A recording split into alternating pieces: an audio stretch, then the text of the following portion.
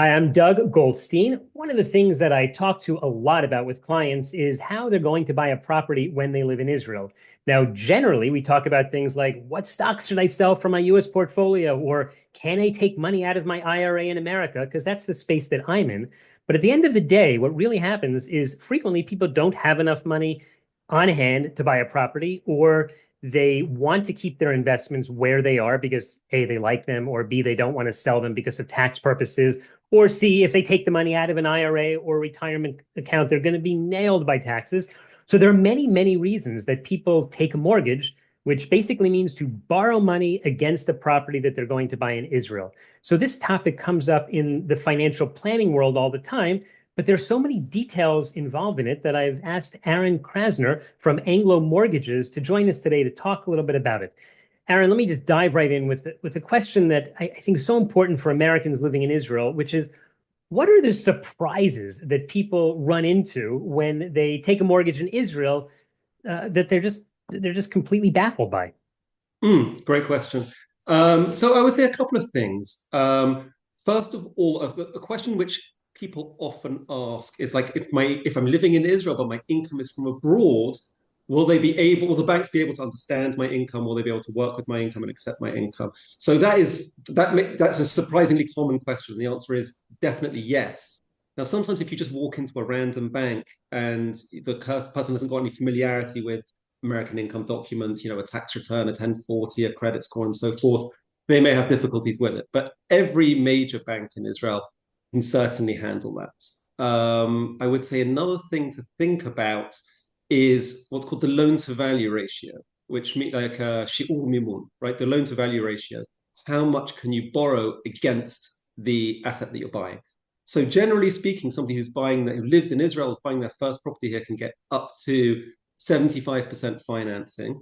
One thing that people don't always take into account with that is that it's 75% of either the purchase price or the appraisal value, the lower of the two. So sometimes, let's say someone's buying a property, let's say $1 million worth of property, it'll be priced in shekels, but let's say it's $1 million worth of property. They got their 75% financing. They got 750,000 shekel approved, but then they signed the contract. They sent the bank's appraiser over, and it's very common in Israel for the appraisal value to come in under the purchase price. They're more conservative. They have to protect themselves against the bank's auditing. So let's say if they say the property is only worth 900, so you thought you were going to be getting 75% of a million, you could end up getting only 75% of 900 in that situation. So I always encourage people to do an appraisal before they sign the purchase contract so that they're going into the deal knowing exactly what the bank will lend them. I mean, there's so And many that's other an things. official, can they bring their own appraiser or they have to bring the bank's appraiser that they want to work with? So what happens is I always encourage people to get pre-approved for a loan before they sign a contract. Once you're pre-approved for a loan, you know more or less what bank you're going to. You can get what's called a hafnaya l'shama'ut, a referral letter. And the referral letter from the bank will say, like, here's a list of 5 or 6 names we're happy to work with, choose. And as a mortgage broker, I generally like encourage people to choose a name that A, I've got good experience with, and also that's accepted by a few other banks as well. So it's a private industry, but it needs to be done in conjunction with the bank. Got it. So what you're saying is that if someone's going to buy a property and he's going to need a mortgage, he should first get an appraiser to come in and tell him what the official value is of the property. Now, most likely that's not going to be what he actually pays to buy this property because there's the real world of the market and then there is the bank's world of appraisals. Right, exactly. I mean, just to clarify, they have in Israel we have what's called yad rishona, which means like a first-hand property that you're buying from a contractor that you're buying off plan. So those kinds of properties don't require an appraisal because the bank will assume that if it's a contractor, it's a big project, likely someone somewhere's done a lot of checking into the property and that it's basically selling for what it's worth. We're talking about what's called in Israel yad shniya, second-hand market, which means when you're buying from a private individual, the house is already built. So there's this distinction between the market value and let's say what an official appraiser who has to justify his sale based on comparables.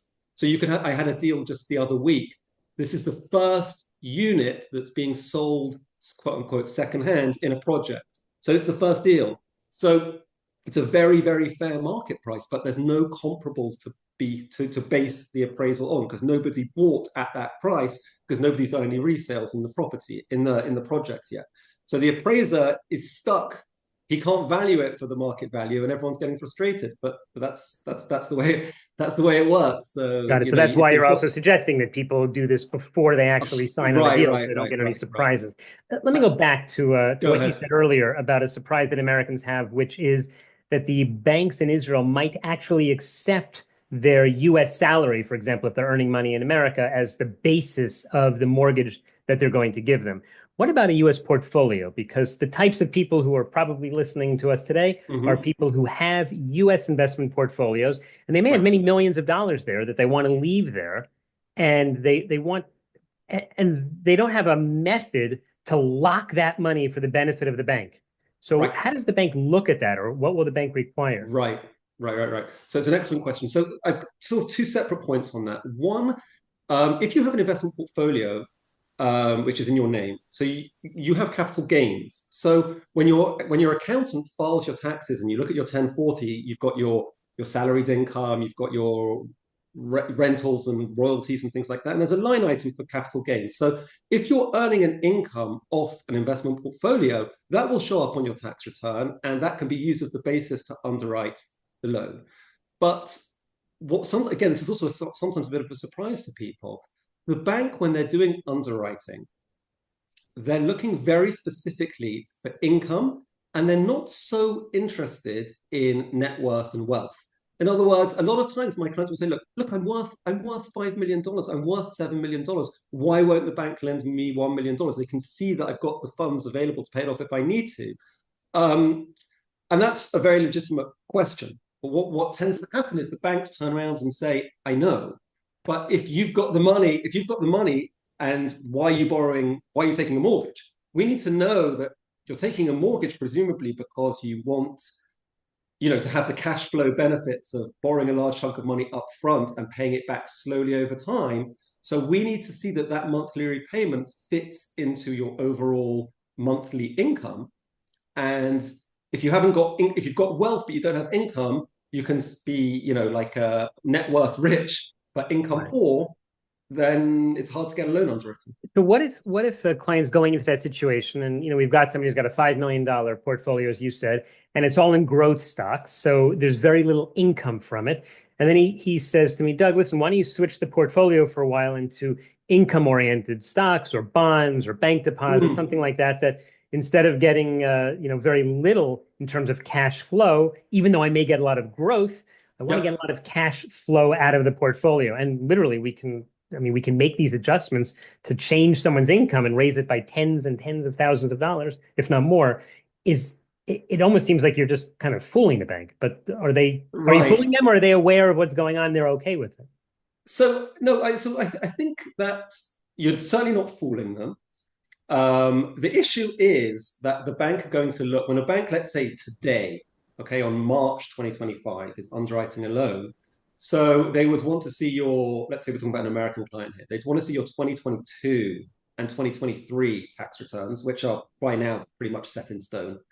And then they'd want an accountant's letter for the year of 2024, which you don't yet have a tax return for, right? That doesn't come out till around about May, and often it's on extension. So I would, in a situation like you were just describing, I would encourage the accountant or maybe a financial advisor to get involved on that letter and say that this is what's happened has happened, and we've now made a change where we expect the income for 2025 to be X and Y.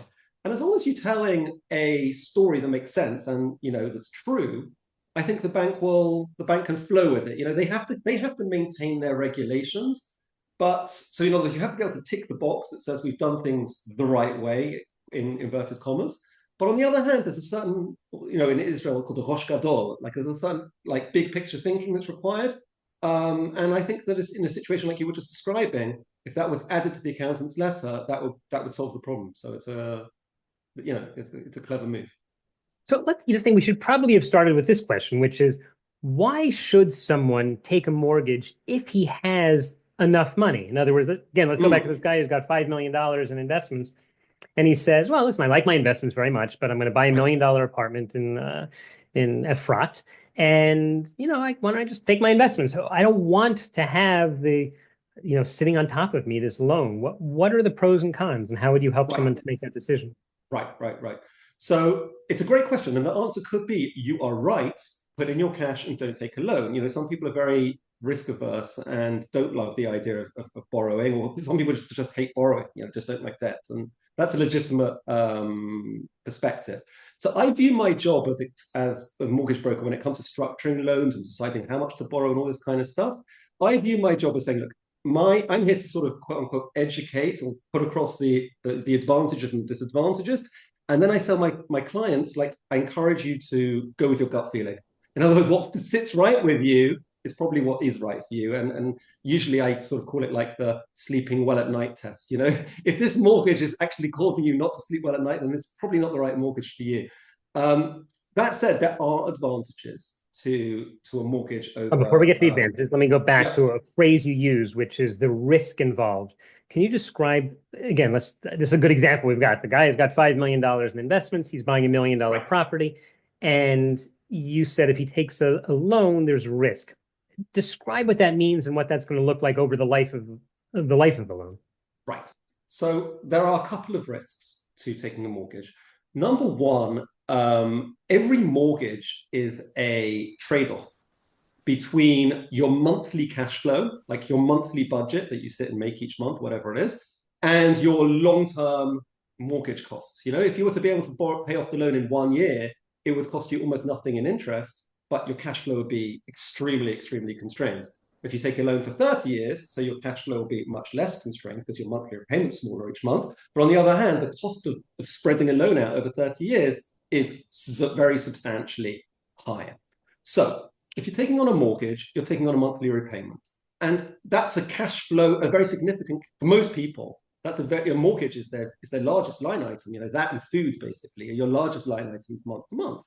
So you have to make sure that your budget, even if it's like the most financially smart decision in the world to take a mortgage, it has to fit within your budget. So if by taking on a monthly repayment, you're now not necessarily able to make other payments that you need to make, and therefore getting other debts and so on and so forth, that's not good financial planning. Another potential risk is that monthly repayment may change. Right now, interest rates today are around about 5%. You need to when you're taking a loan, you need to do a little bit of stress testing. If the monthly repayment, if interest rates were to go up and my monthly repayment would increase, would I be able to pass that stress test, so to speak? So the risk of the monthly repayment going up, the risk of you not being able to make the monthly repayments, and God forbid, the extreme case, which thank God, I think in 17 years of being a mortgage broker, I don't think I've ever had this in my case, is that if you don't pay the loan for long enough, your house is at risk, and the bank could, in theory, sell the house, not necessarily at the best price, and pay off their loan and give you the change, whatever's left. Mhm. That's like the disaster scenario. So Yeah. Yeah. No one likes that. I think one of the things you said is I describe it a different way, but I'm hearing actually in terms of the terminology, which is liquidity is a benefit, right? It's a good thing to be liquid. So if you absolutely, want to have liquidity, you have to pay for it. So I always tell clients, listen, if you want to invest in the stock market, I look at that as long-term money. I yeah, mean, of course, you can always sell it, but it's not liquid, meaning you can get your full money out anytime you want because the market might drop.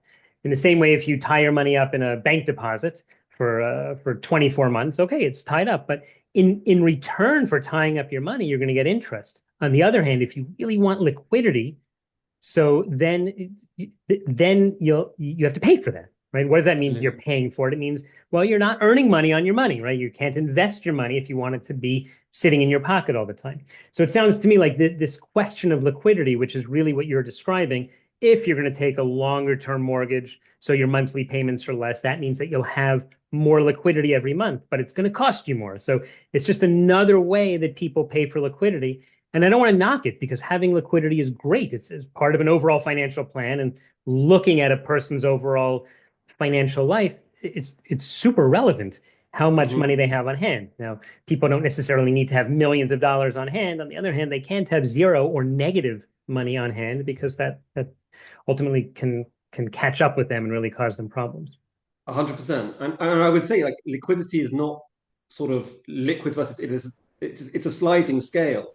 In other words, you can have if from my point of view, if you've got cash tied up in any kind of investment, it's much more relatively liquid than having it tied up in a house that you're living in. That's not very easy to sell. If to sell your house is like a very emotionally charged event.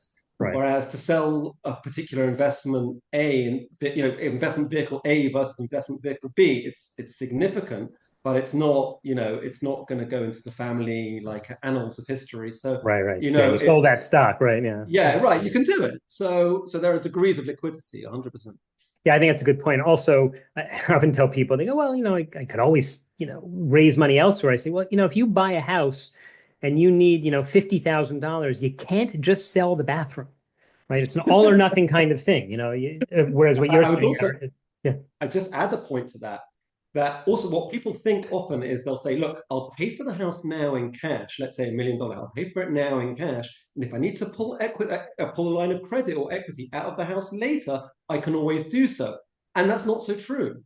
Because when you're buying, when you especially in Israel, they price the risk, they price the loan based on the purpose of the loan.